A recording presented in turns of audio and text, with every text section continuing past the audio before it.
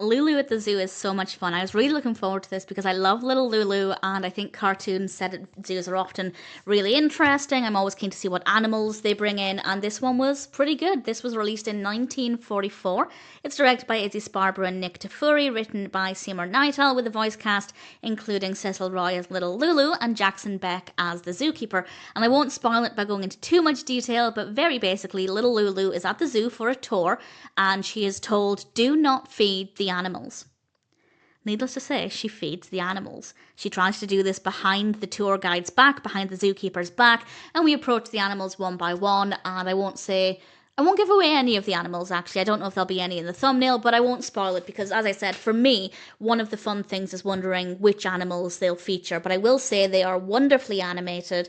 I will mention at the end my personal favourite. I will mention one at the very end. And I think they look great, the interactions are interesting, and it escalates as well. It starts off quite subtly, and then things for little Lulu get more and more adventurous. I think is very creative. I think the animation is brilliant. It does feel like a zoo environment, very believable, easy to feel like we're there on this tour with the zookeeper. And I have no complaints. I think the pacing of the story is great.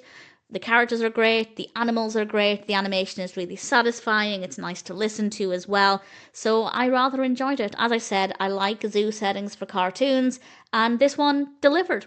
Absolutely no problems at all. Great animals, great range of animals, really nice animation, and I won't say the best message, as it doesn't necessarily completely speak against feeding the zoo animals.